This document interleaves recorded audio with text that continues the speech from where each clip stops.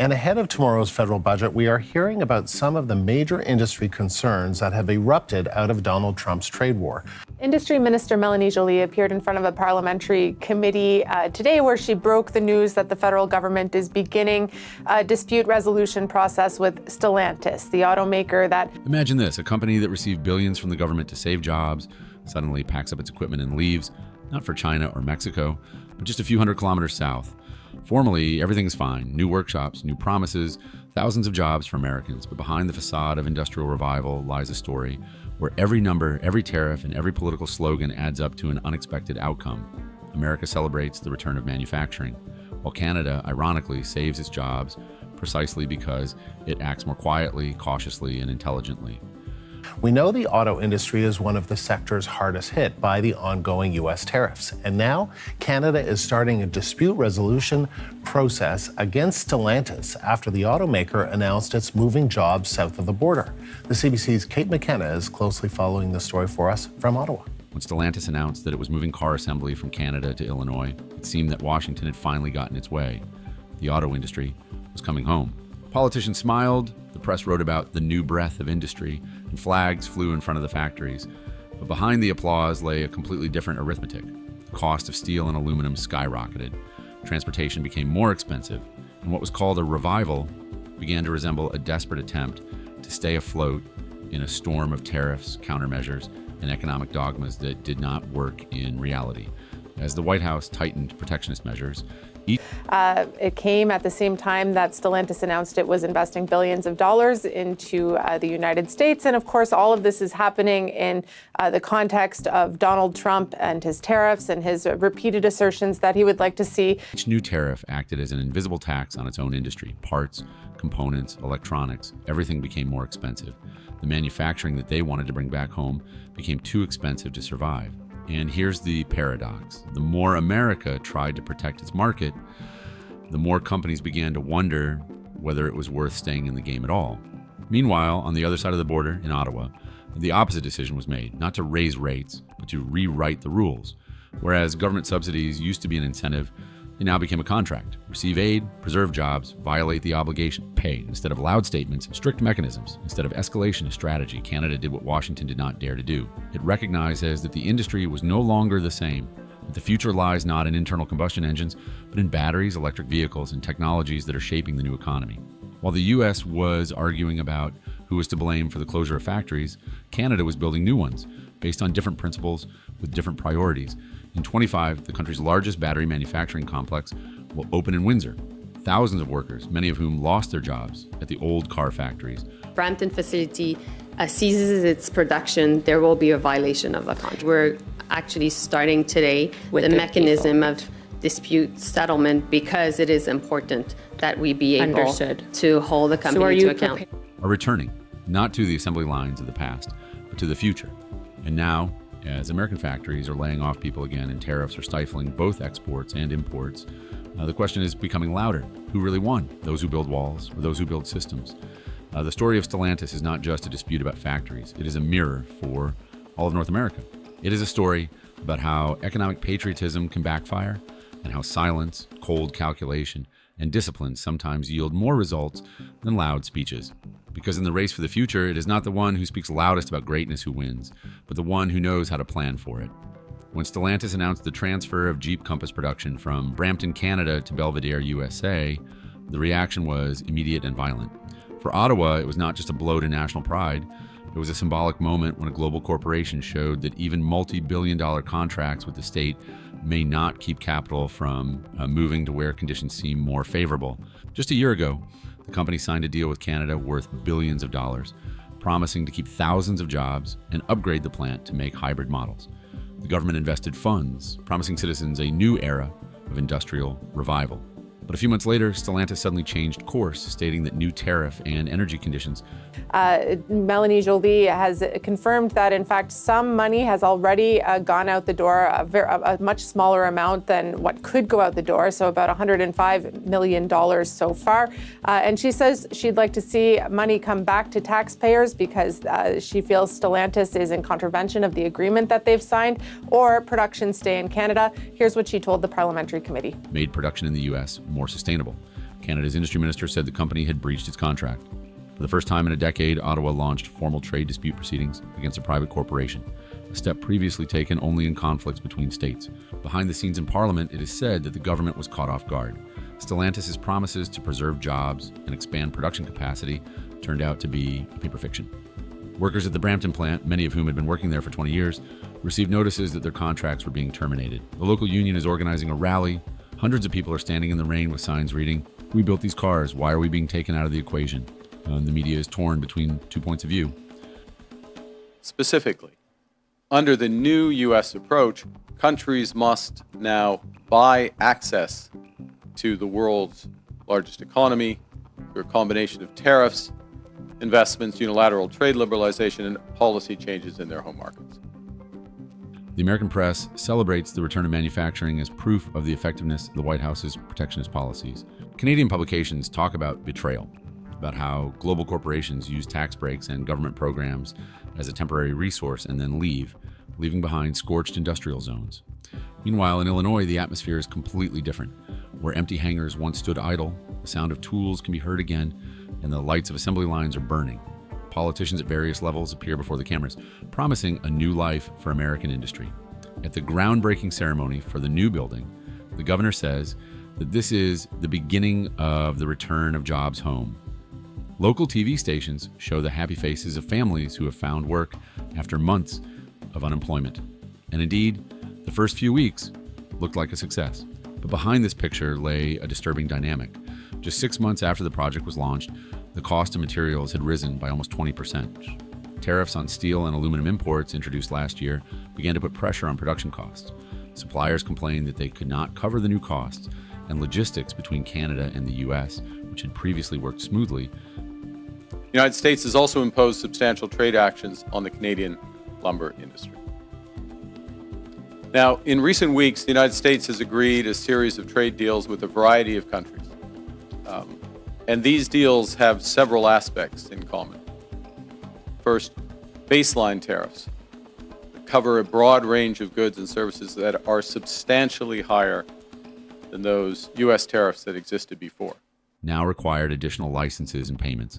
One Stellantis engineer wrote in a private correspondence that every new bolt costs us as if it were made of gold. At the company level, the situation was becoming increasingly difficult. Small contractors in Detroit, Ohio, and Indiana began to shut down. One of them, which manufactured suspension parts for several Stellantis models, declared bankruptcy, citing the impossibility of operating in the new economic reality. Large manufacturers were also feeling the pressure. In the first quarter, the company lost hundreds of millions of dollars due to tariff surcharges, even though production in Belvedere had not yet reached full capacity. Canadian analysts called what was happening a trade paradox trap. Everything that was supposed to bring industry back to the U.S. was making it less sustainable. In 2018, the Belvedere plant operated in 3 shifts, providing more than 5,000 jobs. By 2022, production had halved, and the new Stellantis program promised only a fraction of those jobs, about 3,000. They don't allow our banks. Did you know that? Canada does not allow banks to go in. But even those numbers quickly began to decline. By the end of 2024, the company was temporarily suspending operations at 2 U.S. plants, citing macroeconomic conditions as the reason for the decision. In reality, this meant one thing: tariffs, transportation costs, and falling demand for gasoline-powered cars had negated all the promised benefits. Panic set in within the company. Several mid-level executives who wished to remain anonymous told reporters that there was growing irritation within Stellantis over political pressure. Washington demanded that companies demonstrate the success of protectionism, but in private reports, corporations warned that the tariff architecture made any long-term strategy impossible. Each new tariff prompted mirror measures from trading partners, which meant that even exports within North America were no longer predictable. Meanwhile, public perception in the U.S. began to change. People who had applauded the return of the factory a year ago were now complaining about rising car prices. The average cost of a new car had risen by several $1,000s, and even the most loyal buyers began to wonder, who are these tariffs ultimately protecting? Workers or corporations? In a positive and very important development earlier this month, just a few weeks ago, the United States reaffirmed a core commitment to our free trade agreement, CUSMA, by reinforcing that those Canadian exports to the United States that are compliant with that agreement, that are compliant with CUSMA, will not be subject to U.S. IEEPA tariffs. For Canada, This became a moment of rethinking. An emergency parliamentary session was held to discuss how to respond to the situation. A proposal was made to introduce retaliatory measures, but the Prime Minister refused to escalate the situation. Instead, a decision was made to revise the subsidy system, transforming it from incentives into legal obligations. Any company receiving government support is now required to maintain or compensate for jobs. Otherwise, it faces financial sanctions. This step was the first link in the formation of a new industrial policy, which analysts would later call the Canadian model of sustainable intervention. The American press, preoccupied with its own internal disputes, hardly noticed this decision. But a year later, it would prove to be a turning point. While the U.S. continued to grapple with the consequences of tariffs, Canada directed resources toward retraining programs, small business support, and the development of battery manufacturing infrastructure. It all started with one event, the departure of Stellantis. This departure became a kind of litmus test for the entire system. It showed that even the loudest slogans about bringing back jobs carry no weight if the economic math doesn't add up. America tried to prove that protectionism is powerful, but in reality found itself in a situation where protection turned into self-strangulation. Well, when U.S. officials talk, we need to make sure that we listen. And although the White House continued to officially call the Stellantis project a successful example of industrial revival, behind the scenes, very different words were being spoken. Closed reports from the Department of Commerce noted that profits from new production facilities were 40% lower than forecast, while the total cost of maintaining the tariff system was 25% higher. And if earlier the conversation was about how to bring back factories, now the question was different. Would the country be able to keep the ones that had already returned? All this was happening against a backdrop of growing discontent in the industrial regions themselves. In Illinois, Michigan, and Ohio, the very lands where the American auto industry was once forged, voices of protest began to be heard. People said that they were being used for political slogans while real jobs were disappearing faster than they were being created. A veteran of one of the factories said in an interview, "In a positive and very important development earlier this month, just a few weeks ago, the United States reaffirmed a core commitment to our free trade agreement, CUSMA, by reinforcing that those Canadian exports to the United States that are compliant with that agreement, that are compliant with CUSMA, will not be subject to U.S. IEEPA tariffs." We've become statistics again, only now in a different column. Thus, the first and second acts of this story come together to form a single picture. Stellantis did indeed leave Canada, but what looked like a victory for America soon became an example of how political pride can turn into an economic mistake. While Washington was building walls of tariffs, Ottawa began to build a system. And in this difference lies the essence of what is happening. One country was trying to bring back the past, while the other was quietly designing the future. Tariffs, which were supposed to be a tool to protect American industry, have turned into a trap that is difficult to escape. After an initial surge of optimism, when the media talked about bringing factories back home, the economy began to show the other side of the coin. Conditions began to develop within the country that made manufacturing more expensive than ever before. Automakers who had been counting on growth were now counting their losses, and small suppliers were counting their debts. The entire structure of American industry, dependent on supply chains and foreign components, faced a domino effect. Each link pulled the next one down. In early 2025, analysts noted that the combined costs of Stellantis, Ford, and General Motors for tariffs and logistics surcharges had risen by almost a third. For Stellantis alone, the additional costs amounted to more than 480 million Canadian dollars, and that was only for the first half of the year.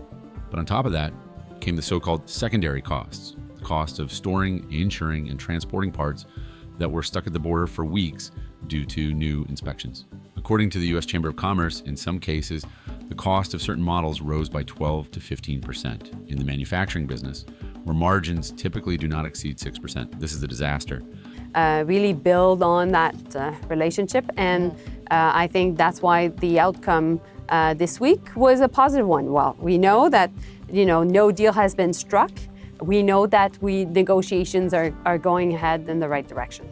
Major automakers tried to offset their losses by passing them on to consumers, but the market could not withstand this. Sales of traditional gasoline-powered cars began to fall faster than even pessimists had expected. At the same time, competition from electric vehicles, which were subject to fewer tariffs and subsidized by some states, was growing. However, none of the measures were able to offset the structural blow to supply chains. Small suppliers, companies producing cables, sensors, fasteners, and electronics, felt the most painful effect. They did not have the capital reserves to withstand the increase in costs.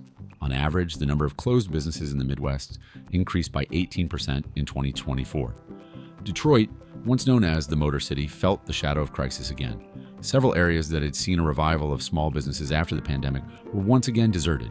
One local economist noted that tariffs act like an oxygen tax. The harder you work, the faster you suffocate. Meanwhile, mid-sized companies have begun to cut staff.